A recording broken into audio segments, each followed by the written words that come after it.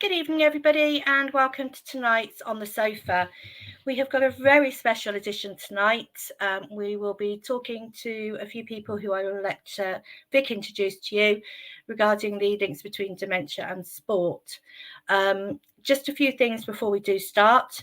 So there's been a couple of tweets on the ticket office site today. So the shop is going back to its normal opening hours, which will be Tuesday, Thursday and Friday, 10 till 5. Cardiff tickets are now on sale. So if you want to purchase those, they're available from the website or in store when they're open. And also season tickets, they're in the process of printing them. I know a lot of people have already received theirs. I've received mine. But they hope to get them all out by the end of the week.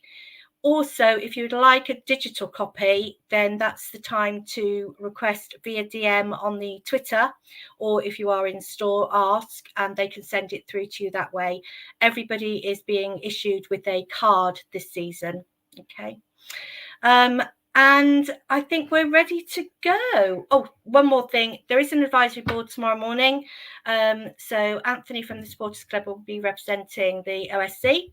So he will be there and he's got quite a few items for the agenda. So we'll be giving you feedback on that as soon as we have it. Okay, so let's get Vic on. Hiya, Vic. How are you? I'm very well, Chris. Thank you very much. The sun is just beginning to shine, which is quite nice after all the cloud we've experienced all day. So I know. It's been a bit of a day, hasn't it? It's been a bit weird, but yeah.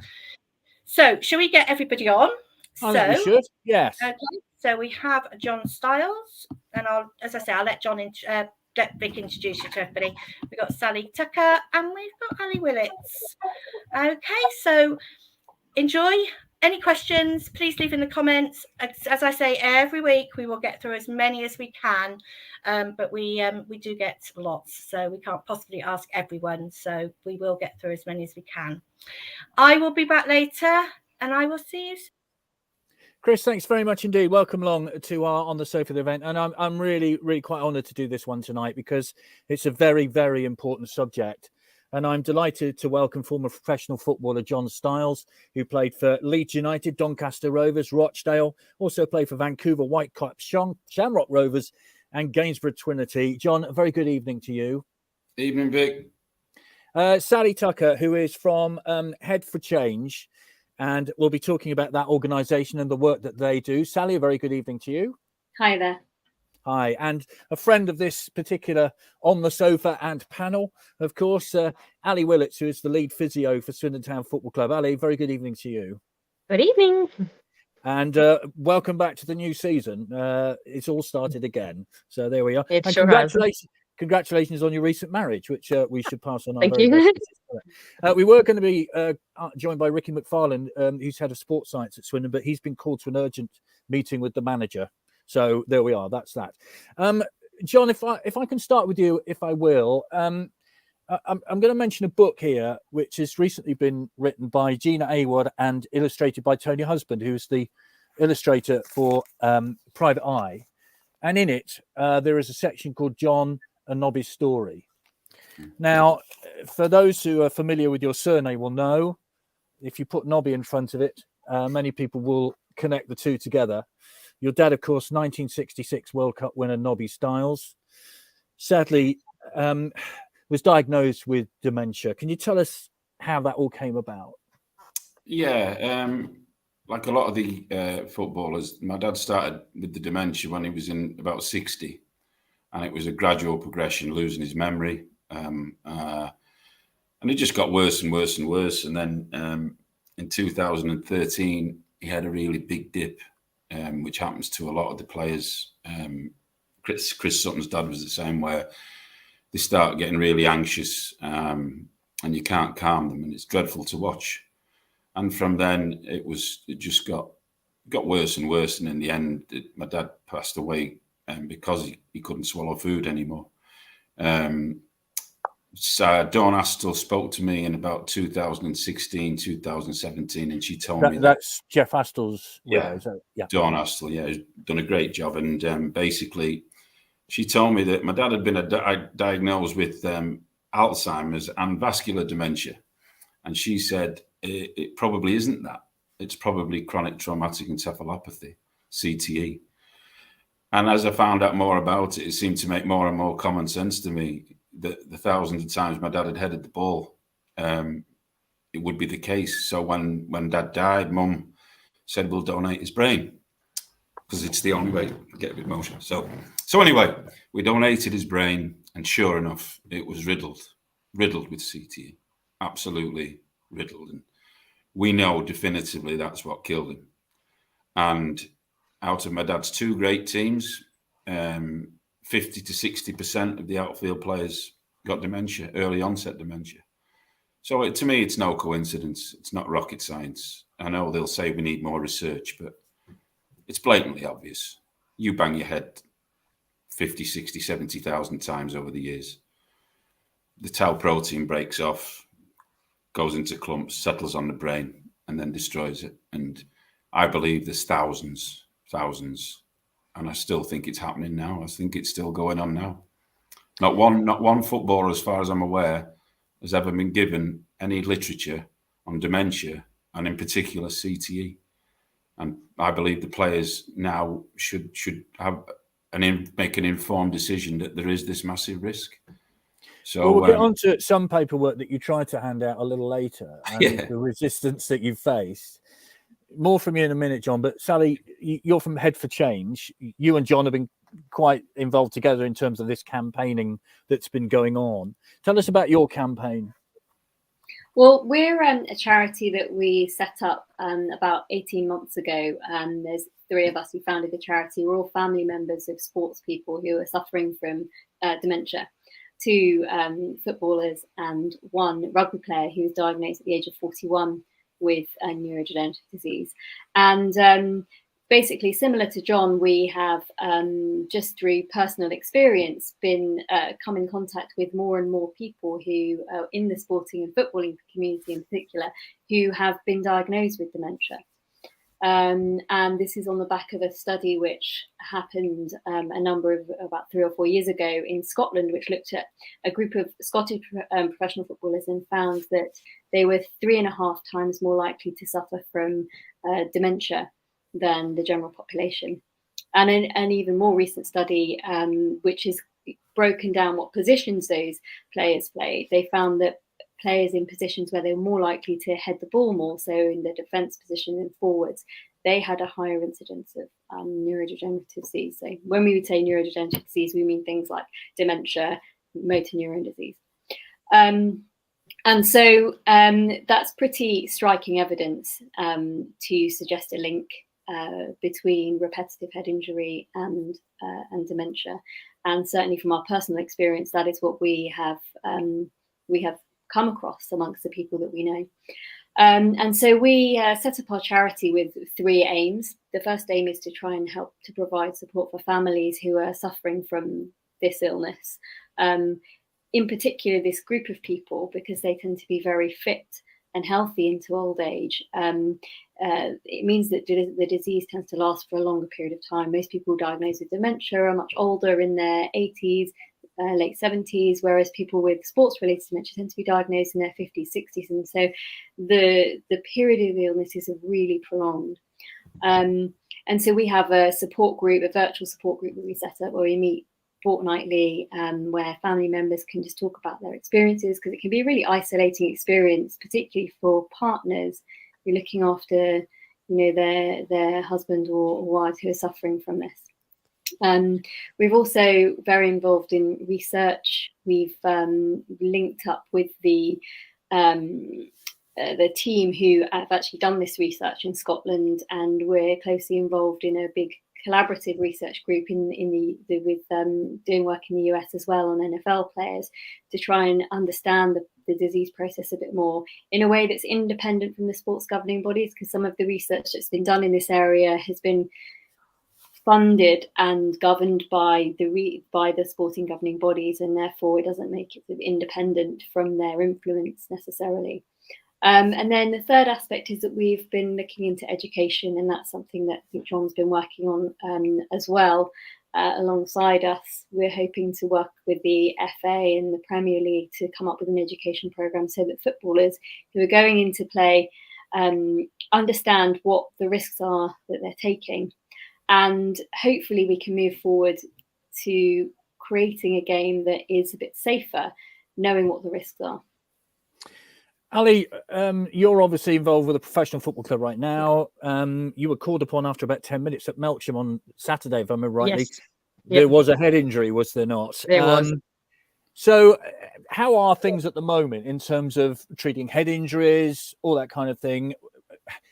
From what Sally and John have been saying, what do you take into what's happening now? I think it's a real mixed bag. Obviously, you've got some people, probably like myself, that's probably more on the cautious side of things. So if someone has gone down with a head injury, obviously you get taught your system to obviously rule out a spinal injury and obviously look for the symptoms that someone's actively concussed. But we know straight away that someone might get delayed symptoms. And we had a perfect example of that last season where one of the players had smashed a ball, hit another player in the back of the head. They then fall to the floor. And then within half an hour, we're getting pins and needles down the arm, vomiting, had to go to A&E, had to get a brain scan. And it was all quite severe and actually quite scary because you don't know what the longer term consequences of these are. So we do, at the moment, I'm going through the process of doing the concussion screening with the players. And a lot of them, especially the ones that played for a while, they're like, oh, do we have to do this again? But you have to do it again because you will get changes from season to season. And this is where I'm probably a bit old school now. I like the paper-based test. There's a computer one that the EFL is trying to get us to use. But once they've done this baseline test, they don't have to redo it. And I think from season to season, potentially there's going to be a cognitive change with these players. So I've gone back to using the paper-based test, just purely one, because it's quicker, and two, I like to see that each season you've got something to compare, especially with the ones that stay on. But yeah, you do need to take it serious. Even if you suspect there's a head injury, you need to pull them off. And I think this is where that concussion subs getting brought in last season is a good thing. I think obviously there's a more of an awareness of the consequences, but I think we're still far beyond where we should be. Yeah, there was one of the A trialists, wasn't it, who got injured on Saturday. I won't ask you for any further details, but he stayed on and went on and scored, if I remember rightly. Yeah. So what did you assess at the time? Obviously, you had to sort of rule out that there was no sort of neck spinal sort of injury.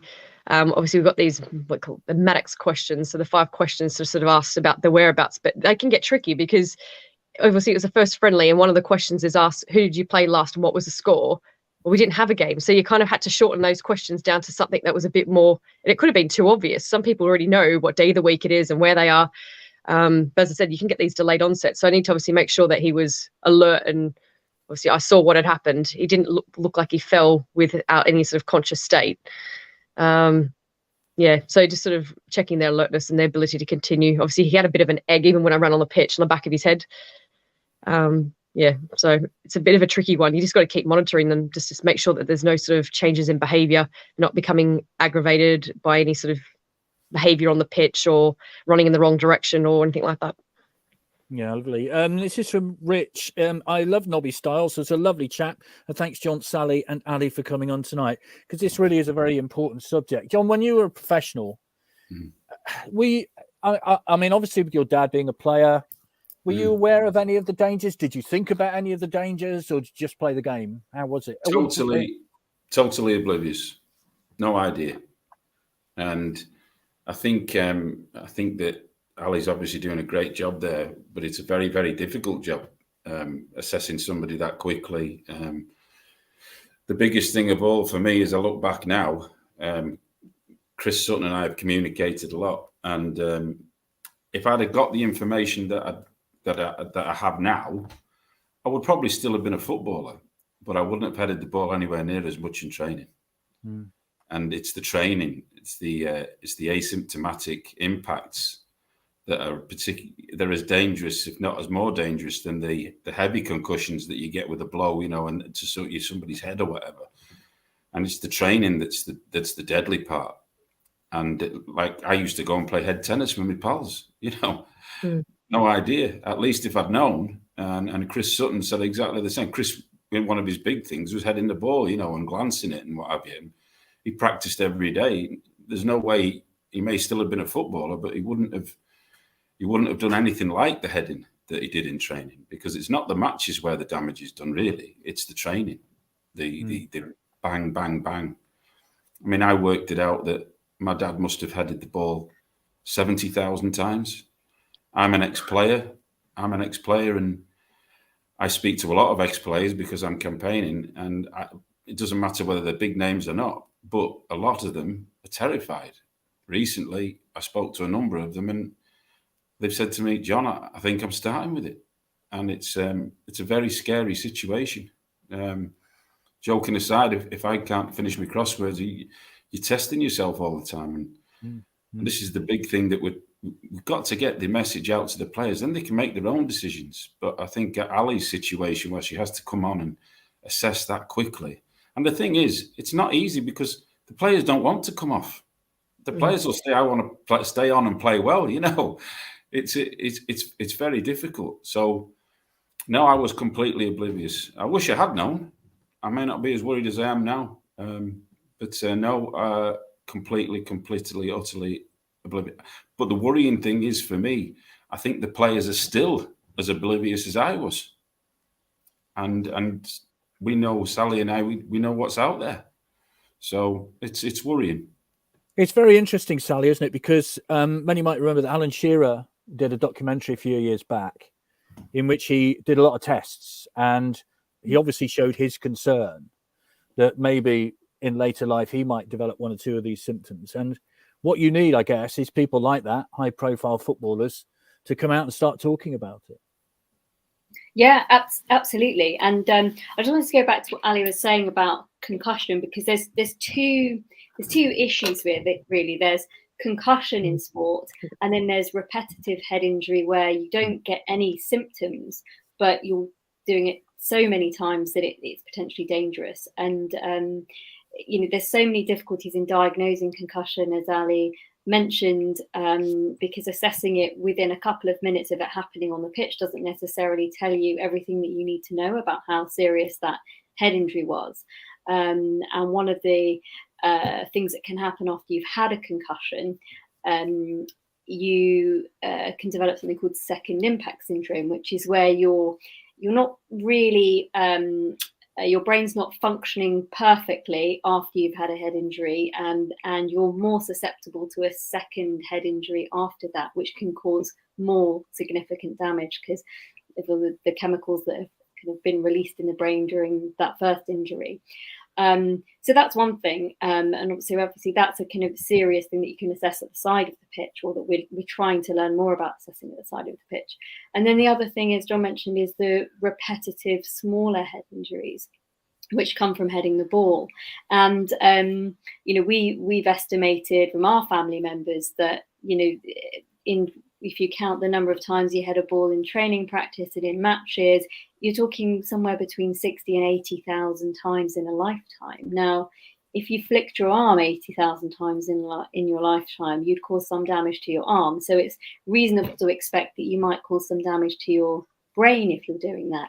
And certainly that's what studies support, that this is damaging. And so the question is, what do we do about it? Because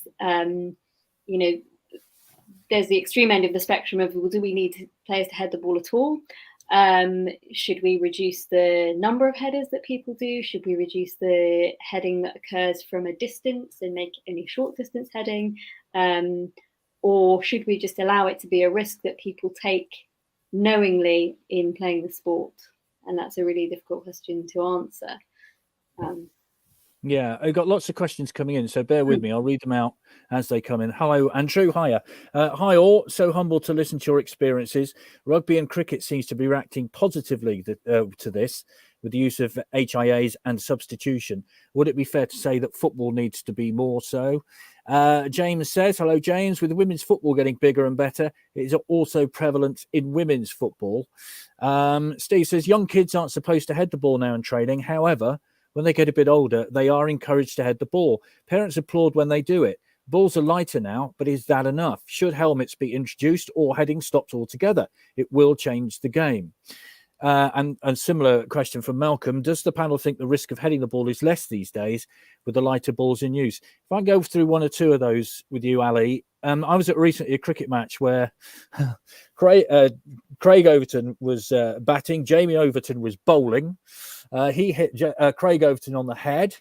He had to retire through concussion. Lo and behold, another Somerset batsman came out, and he got hit on the head by Jamie Overton as well. So he had to retire through concussion. So it seems that cricket and rugby do have these concussion substitutes well and truly in now.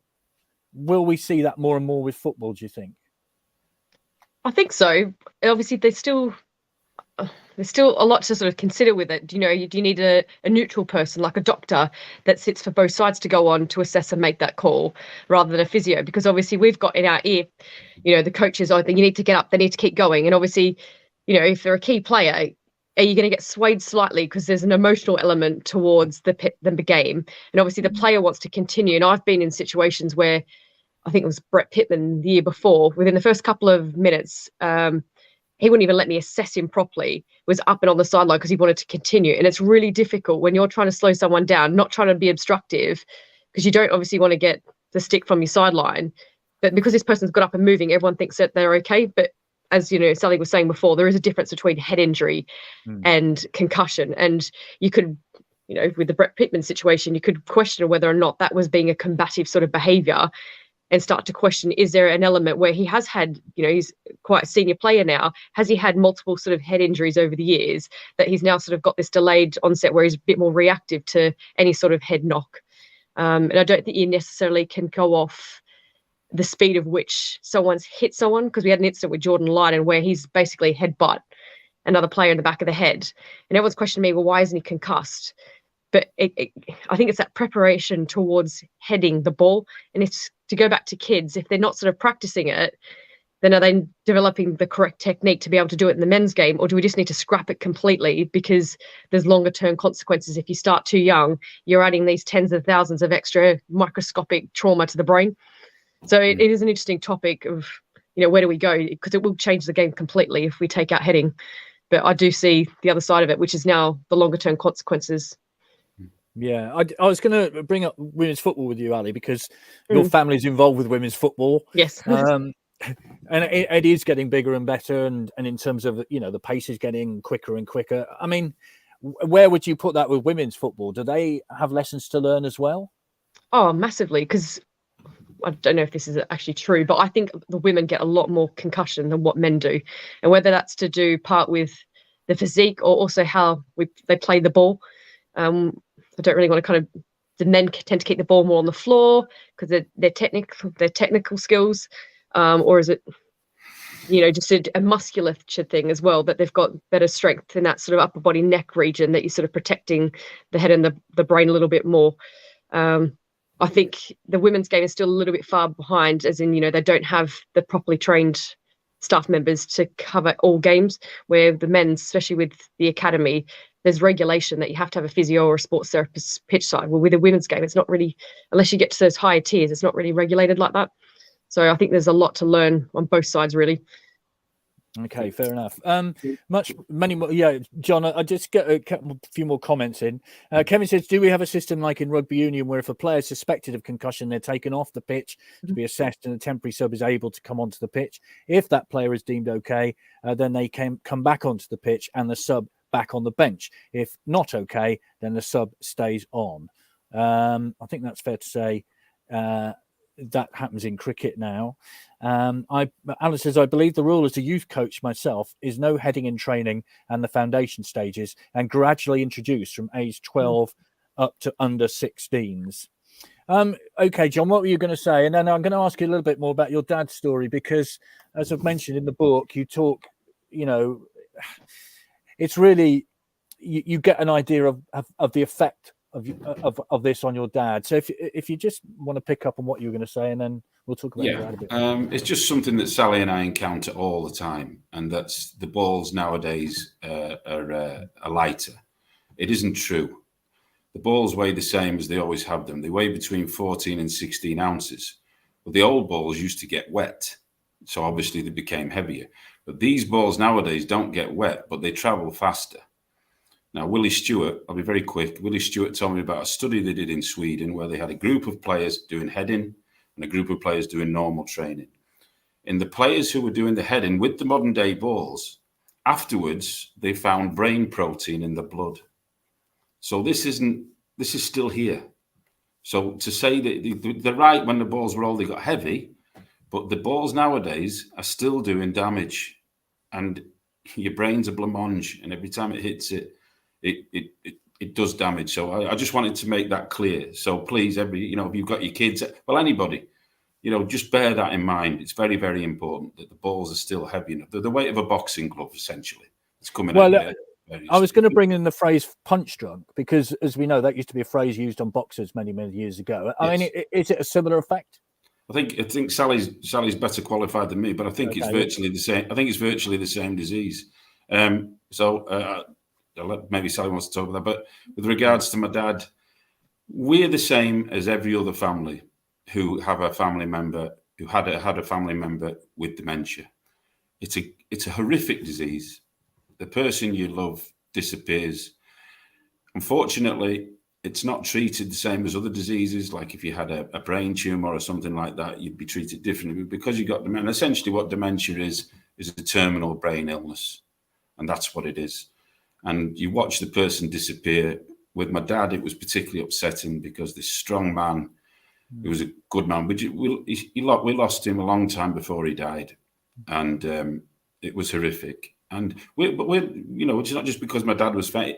It's everybody with dementia. Yeah, dad. Yeah, dementia should be treated differently to how it is treated nowadays. In every family, I sympathise with them completely, and I wouldn't wish it on anybody. When did you first notice, John? In the book, you talk about when he was after doing his speeches, and he'd forget people's names like Bobby Charlton, people like that, which you would think you would never forget. But when he was 60. Yeah, when he was 60, he started losing his memory, and it was a gradual, it just got worse and worse. A deterioration got to the point where he couldn't work without me because I'd interview him and prompt him, and that's the only good thing that came out of it. I got to spend some time with my dad on long journeys, and he'd tell me the stories about Busby and Georgie Best and Alf Ramsey, what Alf Ramsey said before the eve of the World Cup final, and all of these things. And I don't think there's much good to be taken out of dementia. It's horrific for the poor not just for the victim, but for the family around them. I think that's, in some ways, it may even be even worse, because often my dad was oblivious and my mum was going every day to see him, and it was destroying her. So I have so much. We're specifically talking about football because I believe that's what killed my dad, and I think it's very dangerous. It should be an industrial injury. But I have total sympathy. Anybody who's got a family member with dementia, I'm with you. And it's an awful thing to watch. And I think in this book that Tony and Gina have done it, they tell a number of stories in a very sensitive way, because it's very difficult. It's a very difficult time. Yeah, I can imagine. And any family that's involved in that. I mean, I've always had this theory that the one person who doesn't know what's going on is the person with dementia, Sally. Is that fair to say? But the people around them, as John said, are losing the person that they know. And that must be very, very difficult for those people involved. I mean, I think it's a combination. I think at the start, someone with dementia has awareness of what's going on, but doesn't really understand it. And, certainly with my father, the experience in the first 5 years was of him being incredibly distressed about everything, because he didn't understand the world around him changing and couldn't make sense of it, and it's very distressing to watch.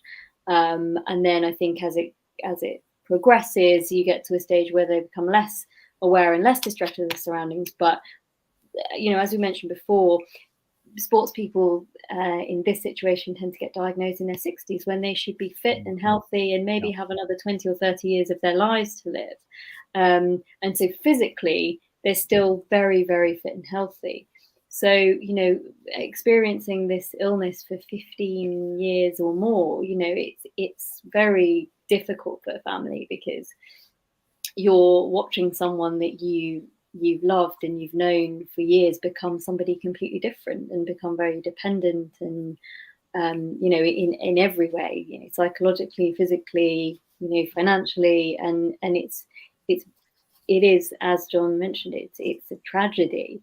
And if there's many different causes of dementia or risk factors for it, being overweight, drinking, smoking, diabetes. Most sports players are fit, so they don't have these other risk factors. But this risk factor, which is repeated head injury, we can get rid of it easily. We just have to not do it so much, or stop doing it. And that point about being punch drunk, would you connect the two? Well, punch drunk comes from boxers in the 1920s. I think the phrase was coined by a doctor who observed that boxers often looked drunk after a boxing match. And they developed a type of dementia which was looked like they were drunk, and they became very aggressive. And so it's a similar phenomenon. But that particular phrase, punch drunk syndrome, comes from boxing. But we do, it's a similar process that you see in the brain of repetitive head injury. Okay. This is from Malcolm. Thanks for clearing up the lighter board, John. Serious food for thought for everyone involved in the game. James says, who has the final call there, Ali? Like, if the player should not continue, in your opinion, but they want to, who steps in and makes the call? And do you think the medical staff should have the power to overrule on that occasion? You might remember a few years ago, Jose Mourinho got into a bit of a scrap with his club doctor. I can't remember exactly what the injury was about, but like you say, professional footballers, they want to win, don't they? And if it's a key player, they want them on as much as possible. But if you and the doctor who goes on and says, look, no, he can't continue, but the manager, and I'm not saying he would, saying, yes, he must, he would have the final call. Oh, we always had the final call. So whether there's a doctor with me or not, I have the final call. Obviously, that then becomes a political issue with, hey, you might end up getting sacked over your decision. But at the end of the day, you've got a duty of care to that person. And if something happened, if they took a second knock in the game and that ended up becoming a fatality, wouldn't want to be living with that. So I think you do need to use your common sense and realise at the end of the day, your job's your job. Hopefully you'll get another one if you do get sacked. You'd like to think you wouldn't, but obviously it could happen. At the end of the day, it's about the player. It's not about anything else. We're all competitive, and that's probably part of the reason why I'm in the game. I am competitive and I want the team to win, but you also want to look after the person. That's what I'm here for as a healthcare professional, to look after that individual. Sure, absolutely. John, you were telling us, well, we had a bit of a laugh about this, but you were the first person to be substituted by Leeds United and the first person to be ejected from the training ground of a Yorkshire football team, which is some sort of record. Tell us a little bit about that. I mean, not necessarily you can tell us about the substitution if you want, but why you were ejected from the training ground. Well, the reason that I was the first Leeds United substitute to be substitute was a complete lack of talent, basically. So I could actually trap the football further than I could kick it. What was your question again? Oh, yeah, Doncaster Rovers. Yeah. No, obviously, I've been campaigning. I want to get a fund for the ex-players who were suffering. So I'm just trying to get as much publicity as possible. But as far as I'm aware, or I was aware, not one piece of literature has ever been given to a footballer about dementia, and in particular about CTE. Not one. Now, considering how long they've known about it for, that's shocking. So I took it upon myself to devise a leaflet that I was going to go down to various clubs and distribute them. So I went to Doncaster Rovers. It didn't pull any punches. It basically said, their lives were at risk if they were heading the ball, every day in training. So gave a few out. The lads were so polite. And I've got to be honest, I found it upsetting because I'm giving them the leaflets and I'm thinking, today you're going to go and damage your brain. That's what I was thinking. And it was quite emotional. So anyway, give them out. And then obviously they've seen the content. They came out and said, you're on our premises. You've got to get off. They've said it was to do with COVID and all that. I went outside, give a few more leaflets out off the premises to the lads who were coming in cars. And then the last car, they said the club's contacted us and we're not allowed to talk to you. So from a publicity point of view, it was probably the best thing that could have happened. But the actual principle is spot on.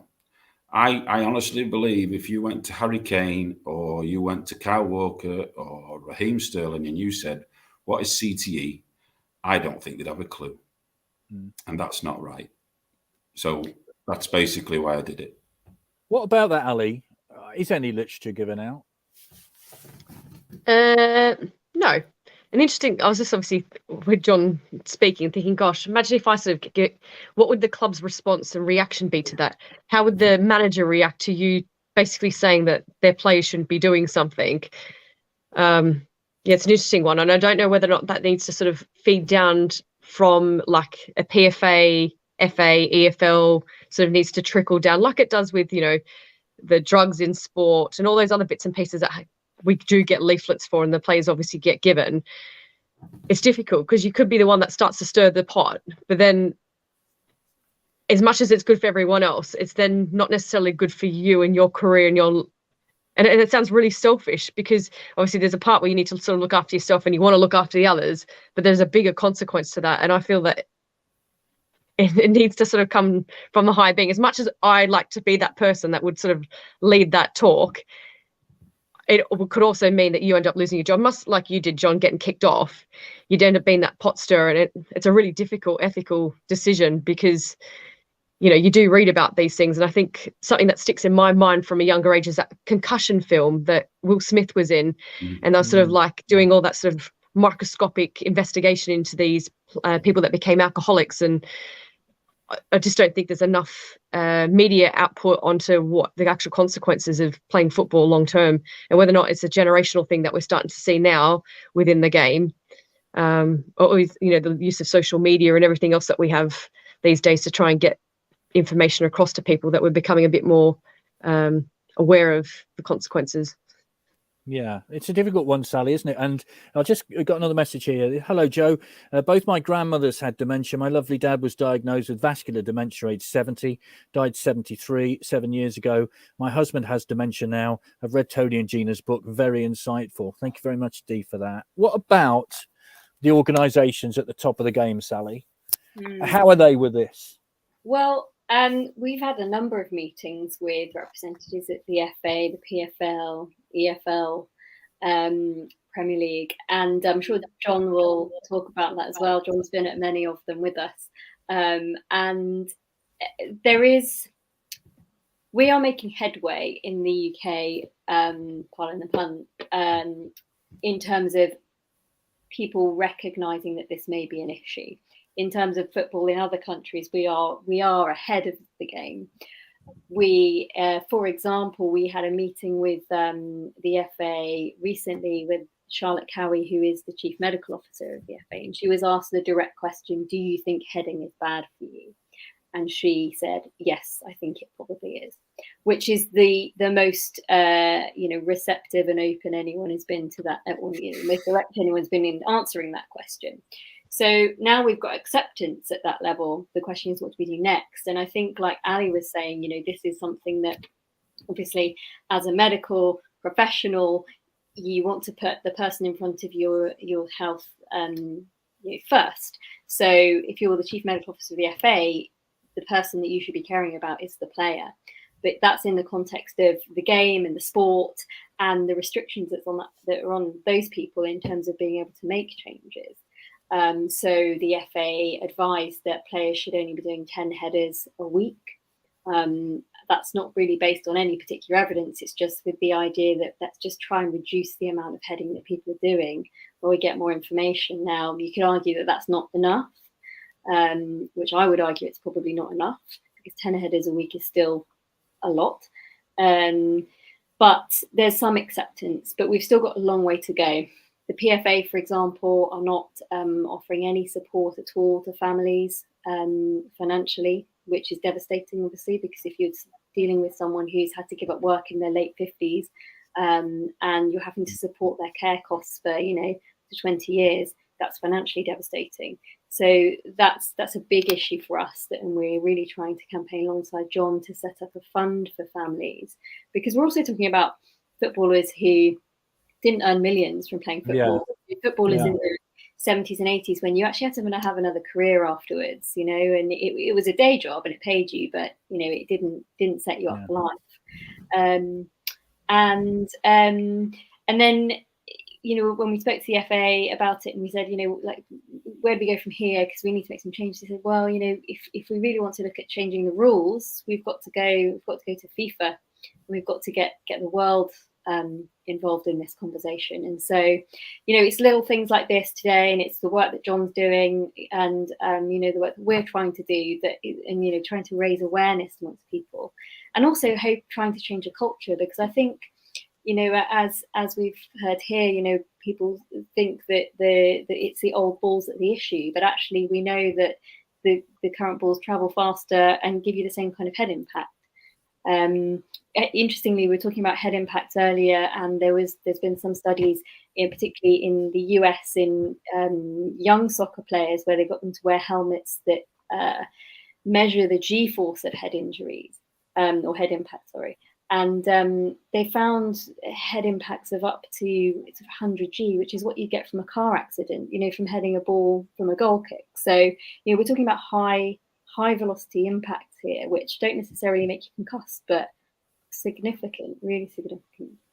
Yeah, those of us who've played football badly and have headed the ball badly when they've come from the sky from a goal kick will know exactly what you mean. It hurts, right? You know, I played football when I was young as well, and I used to hate it. Hurts. Yeah, it does hurt. You're quite right, especially on a wet Sunday. It really hurts. Steve says Petr Cech wore a helmet for years following a head injury. Became the norm in the end for him. Perhaps he was a visionary. But it's interesting, isn't it? Because with the NFL, they wear helmets. And I think part of the problem was with that trust case many years ago, that the helmet doesn't help, really. In fact, it makes it worse in certain places. Well, I think that the helmet sometimes gives you this false sense of security. It makes you think that you're protected, so you'll go in harder for a tackle, or, you know, you will take that header that looks like it's going to hurt. So helmets in this particular type of head injury aren't likely to be helpful. John, Sally made a point there about the footballers of a certain generation. They're not the multimillionaires that they are now. And so therefore, you know, they're in their 60s maybe, and care is a big problem. How difficult is it to campaign for those people? Well, it's very difficult because the PFA are a disgrace. They're not fit for purpose. They've accumulated £60 million over the last years, and now the way things are set up, they won't use that to help any of the players. They've never given any information out. This is their own union. They've never given any information out to anybody. They're not helping the players. They're not fit for purpose. They're a disgrace. The meeting that Sally mentioned that we had recently at the FA at Wembley was encouraging, I would say. And I think that if they come through on the things they say they're going to do, then that would be encouraged if they're going to do it. But you picked a proper bee in my bonnet about the people. Fair enough. Have a bee in your bonnet. Get on with it. Yeah, I mean, I you know, it seems to me that, you know, multimillionaires these days would have plenty of cash to look after themselves in the future. Absolutely. Yeah. But if you played for, I don't know, Darlington in the 1950s, you ain't going to have a lot of cash, are you? So, you know, that's the problem.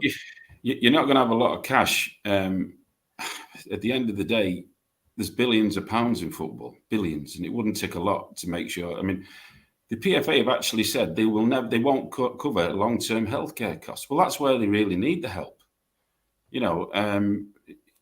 But with regards to the current players and being financially secure, I would suggest that you're probably only talking the top two tiers, perhaps, who will make enough money to never have to worry.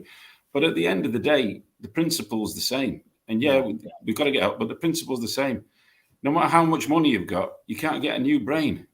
You can get a new knee and you get a new hip, you know, a new ankle, but you can't get a new brain. And so, you know, my dad was never begrudging of what the players get. They should get what they can, but they still need protecting whether they're rich or not. Of course, what you say is right. They'll probably be able to pay for their own care. But, I mean, it's small compensation. But I know families right now who can't get any help, who are absolutely in bits. And that lot of the PFA with the exception, obviously, of Dawn, Rachel and Penny, who are trying to do their best as consultants. The PFA are a disgrace, and there's no help for these families. And it's worse now than it was a year ago.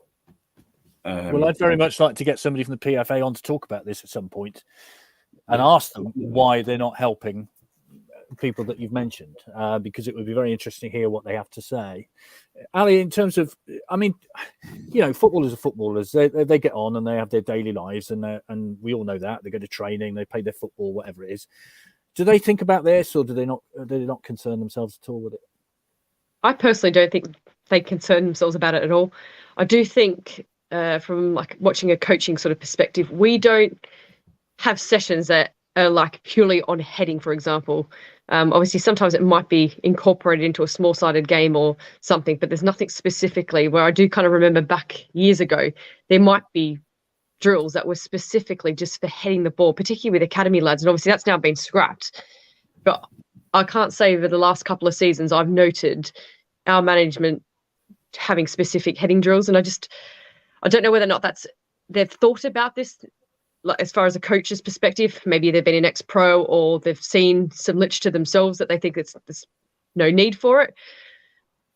Yeah, I just don't think. I think even if we gave leaflets out to the players, I think they might have a quick look at it and then just put it down, going, yeah, doesn't matter, because it always seems to be about the now and not their future. So you'll get a few switched on players that might even think about, okay, I'm going to invest, I'm going to buy a property. Then you've got others that are earning the same amount, yet they're buying the most flashy car, but don't actually have any investment behind them. And so I think you kind of got different characters within the football realm that some might go, yep, this is a really good idea, I'm going to stop doing this, or limit the amount of heading that I do. But you'll have others that think they're invincible for various other reasons and just want to live a good life. And if it's a short life, it doesn't matter. I think you're going to get a mixed bag. But I think, you know, the PFA could almost cover themselves. If people get educated, can make an informed decision, they've covered themselves. But because they've not done that, I do agree with John that they kind of, it's like the NHS. If the NHS hasn't informed people about smoking or whatever it is, there's a consequence for that. We've got the information. We now need to support the families that didn't have that information. Yeah, Sally, well, John has highlighted how difficult it is to get that sorted out. Many might say, well, they're footballers, what do they expect? But that's not the human side of it. The human side of it is this terrible disease which takes people away, isn't it? Well, I think John kind of hit the nail on the head when he said you can replace your knee, you can replace your ankle, but you can't replace your brain. And as Ali mentioned, when you're 20, you don't think about what your health is going to be like when you're 50. You can't even imagine what your life's going to be like when you're 50. And I think in order to make some changes, it probably isn't just enough to give people information and say, well, you might get this, you need to make a decision. The whole culture needs to change, because if somebody at the age of 20 is sensible and says, well, actually, I want to protect my brain, and I want to have a long and healthy life, and I don't want to, be suffering from dementia in my late 50s, so I'm not going to head the ball, then club needs to be okay with that, and football needs to be okay with that, and say, well, you're not going to be penalised. You'll still have your job, and you're still an excellent footballer without being to head the ball. And so it's a huge challenge, and I'm interested to know what fans think about the idea of changing heading rules, reducing the amount of heading, because from our perspective, I don't see how we can reduce the exposure to head impacts without reducing the amount of heading that's done. Well, I'll throw that one open. If anybody wants to comment on that and let us know what they would think about a game without heading in. I mean, I play a thing called walking football. There's no heading in that anymore. So, but that's for us old blokes who play. So, John, I just wonder whether, what would have been the reaction of somebody way back in the 60s who said, and I'm not going to pick Matt Busby out, but I'll pick his name out because he's manager of Manchester United, your dad's club. I'm not going to head the ball. I wonder what Matt Busby might have said. Well, you'd have got sacked. It's as simple as that. And what Ali's saying is absolutely right. And Sally, one of the hardest things to do is football is a very competitive sport. You've got to be the best player to get in the first team. And if you do anything that will make, an edge, so he'll head it, but he won't, then you've had it. And this is what Sally said. It has to be the whole culture from the top down, because what if you get one club takes it on and then the other one, they're not doing it in training as much or whatever, and then they play somebody else who is doing it, and then they score with a header in the last minute. There's going to be pandemonium. So you got the problem that the players just want to be in the team. You're only as good as your last game in football. The managers want to win at all costs. So it's very, very difficult. What I suggested was that there's some sort of an app or a whistleblower situation where the player can anonymously, in confidence say, I've been made to head the ball 60 times this week, or, just, it's very, very difficult to do it unless it's on a blanket basis where it comes in for everybody at the same time. And then it has to be enforced. So I'm not saying it's easy for clubs. I appreciate that it's difficult, but we've got to do something because they're still out there heading the ball. I mean, at Swindon, Halley says that they're not doing actual heading practices. I'm pretty sure they're doing them elsewhere in other clubs because they want to score a goal in the last minute when they've thrown the ball in the box. And, it's a difficult question, but they have to do something. We've got to do something to reduce it in training. Well, there's a classic example. We played Oldham last season and it was 0-0. You'll remember this, Ali. Final seconds of the game. Free kick comes in, far post. Dion Conroy heads it into the back of the net. Crowd goes mad. Everybody wants to see that moment, don't they? And that highlights exactly what you're saying. Steve says, sounds like walking football rules are the way forward. Nothing over head height and no heading. Claire says, hello, Claire. As a former Swindon Town women's centre half, I would practice heading in training and get it right for matches. Heading correctly is a precision. If heading is part of the game, it needs to be taught. Heading the ball off the line or scoring a header, what a feeling. It's such a tough call to make.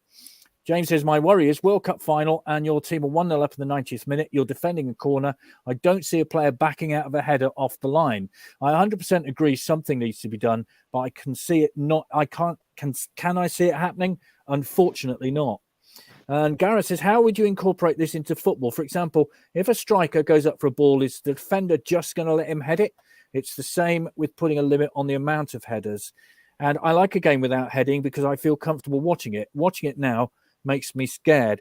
Sally, I think I'm right in saying wasn't there a demonstration game where they played 45 minutes without heading the ball? Am I right in saying that? Yeah, we had a charity match that was set up at Spennymoor Town. And we had a number of high-profile players. Gary Pallister, for example, came to join in and played the game. And we just decided to experiment with heading rules just to see what the game would look like. Because we don't know what the answer is, right? We're throwing ideas out to try and think, well, how can we reduce the exposure to heading? So we wanted to see what it looked like. So we had in the first half, we had only heading in the box. And in the second half, we had no heading. And John Stiles was there as well, so he'll give you his opinion on what he thought, how entertaining it was. But we also interviewed the players and some fans afterwards to see what they thought. And initially, some of the players in the first half forgot the rule. They forgot because it was almost a kind of natural thing to go, the ball's coming here, I'm going to head it. But then after a while, they got used to it. And I think that no one found the first half particularly different. You can still head the ball in the box, and so just for the long goal kicks, people were controlling it with their feet and their chest. So in a way, it was almost more entertaining to see them control the ball with a bit more finesse. And then in the second half, there was no heading, and the players got used to it. And I've got to say, it didn't change the entertainment that I think I got from it. It was still very competitive, and it was just, we almost didn't really notice the difference from it. But I think the other thing that I just wanted to mention was about the two different types of head injury, is that you're never going to completely get rid of any risk of playing sport. You're always at risk of any kind of injury in sport. You're always at risk of concussion. People will bang heads. People, will hit the ground. They'll knock into each other. But one interesting statistic that the medical officer at the FA gave us was that they thought that what we don't know for absolute certainty is how much of the risk is associated with the other head injuries that you get from heading the ball. So when you jump up and you knock someone in the head, how dangerous is that? And they said if we actually stopped heading completely, you'd get rid of 50% of those severe head injuries that you get from jumping up in the header as well. So it would be protective against those more serious head injuries that you get from not necessarily just repeatedly hitting the ball, but heading other things by accident.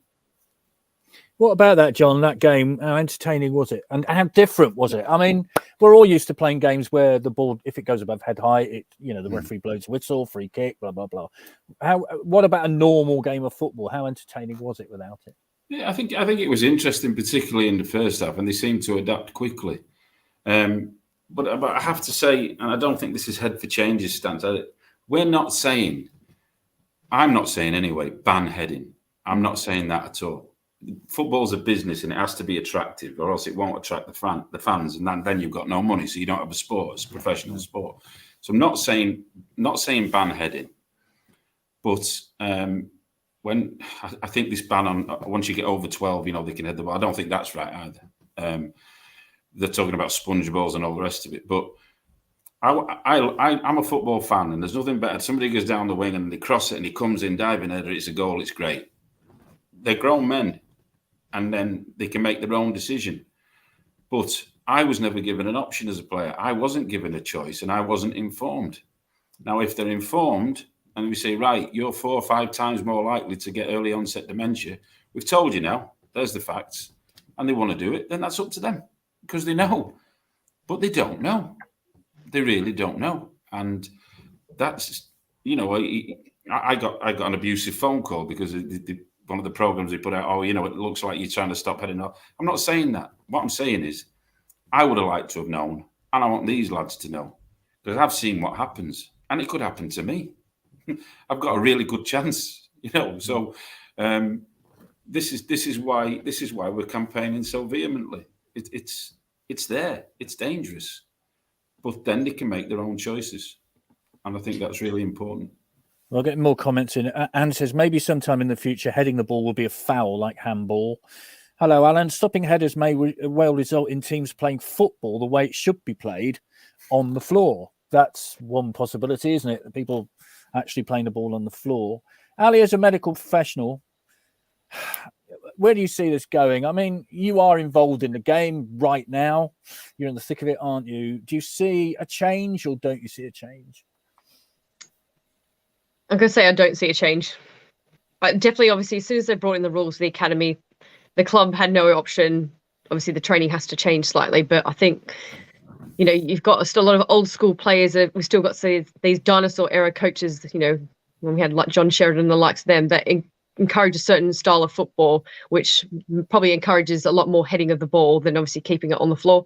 So I think until you sort of push through that generation of coaches and maybe particular playing styles, I think it's going to be hard to get rid of, because we've got academy lads coming through now as first year pros, and some of them, all they want to do is head the ball every time it gets put up in the air, where you've got others that will sort of want to chest the ball and bring it down and then play at their feet. Yeah, I personally don't think it's changed. I don't see it changing anytime soon. But, as John says, it comes back to the education. If you can inform people to make an informed decision, whether or not they can then start to develop their skills differently to become a different style of football, and then we might see the game change naturally rather than enforcing something to change. Sally, what are your hopes from the campaigning you're doing? Do you see any green shoots springing up? Yeah, well, I guess the hope is that football can be a bit safer. As John said, we're all massive football fans. We've been in football families, and we love watching the game. And no one wants it to become unrecognisable. But what I would hope is that younger footballers that are coming through today know what kind of risk they're exposing themselves to and can stop themselves from being exposed to it, because we've only got one life, and none of it's guaranteed, right? Tomorrow's not guaranteed for anyone, but do you want to shorten it for the sake of a sport that you're playing, which you could play differently, and protect yourself against that? So I think, education for younger players and helping to kind of encourage a culture change would be key for current and upcoming players. For players who are retired now, we're hoping that there's going to be some kind of treatment that will hopefully become available, in the next 20 years, so that those who unfortunately can't do anything about the risk that they've been exposed to we'll have some hope. And then people who are suffering now, we want to be able to give them as good quality of life as they can, and hope to offset the financial implications of suffering from this awful illness. And if people want to hear more about Head for Change, find out more, what should they do?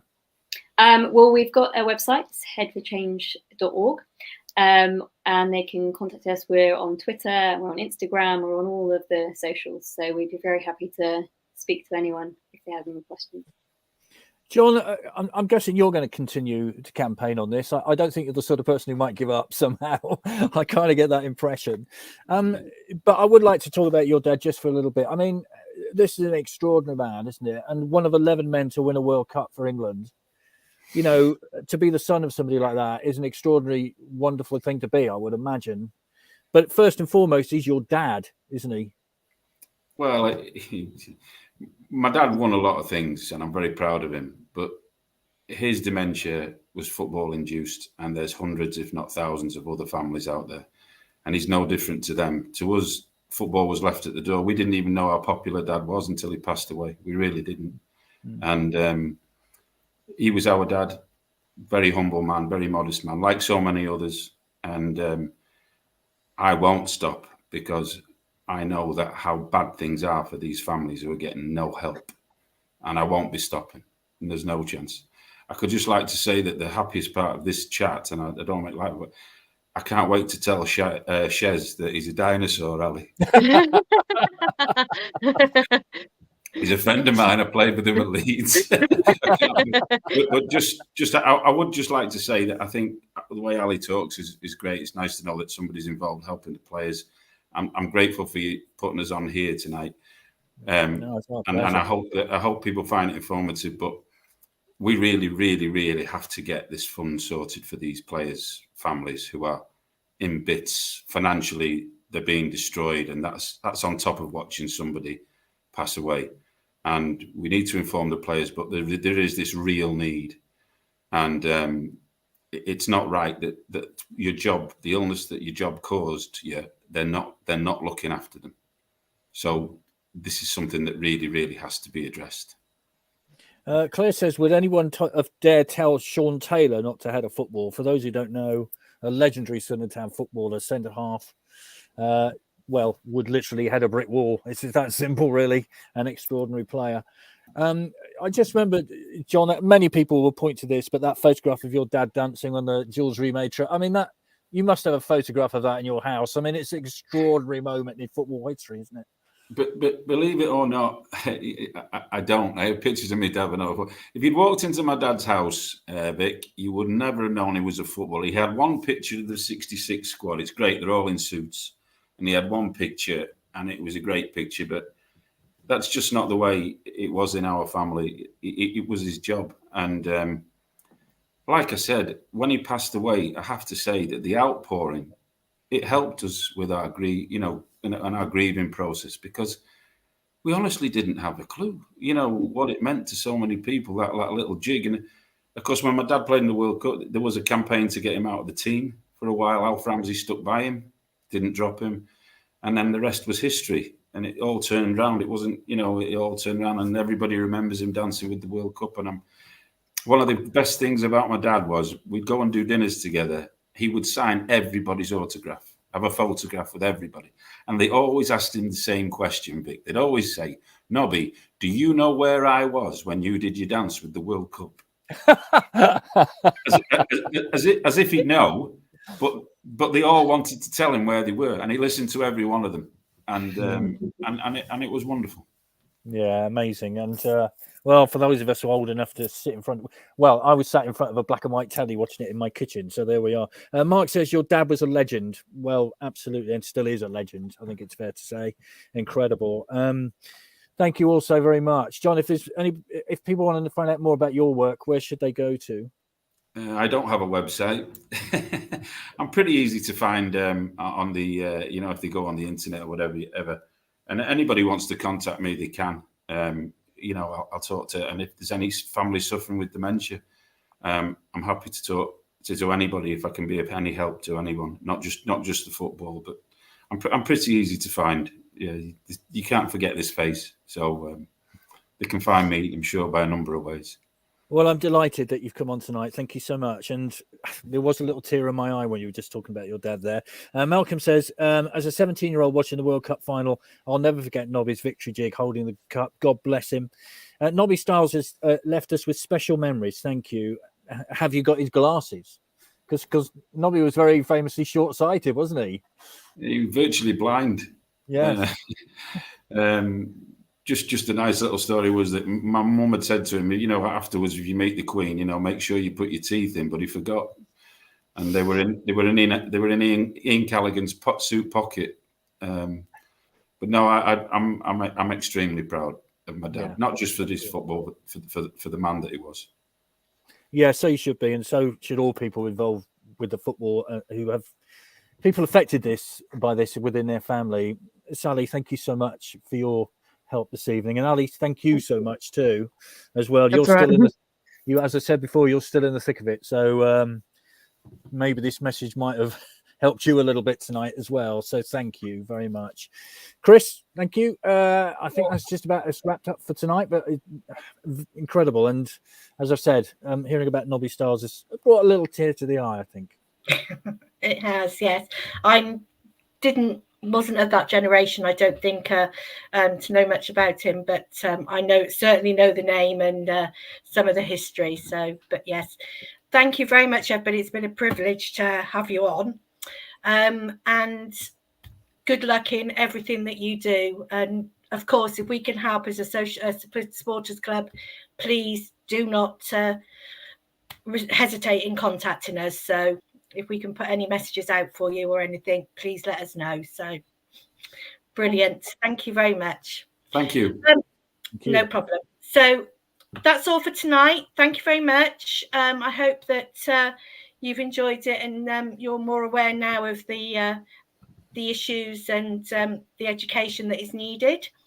We will be back next Monday. At the moment, we're not sure who we will have on or what we will be doing, but please keep an eye on social media and it will be on there. So, but rest assured, we will be here next Monday. So, okay, thank you very much, everybody, and have a good week. Thank you.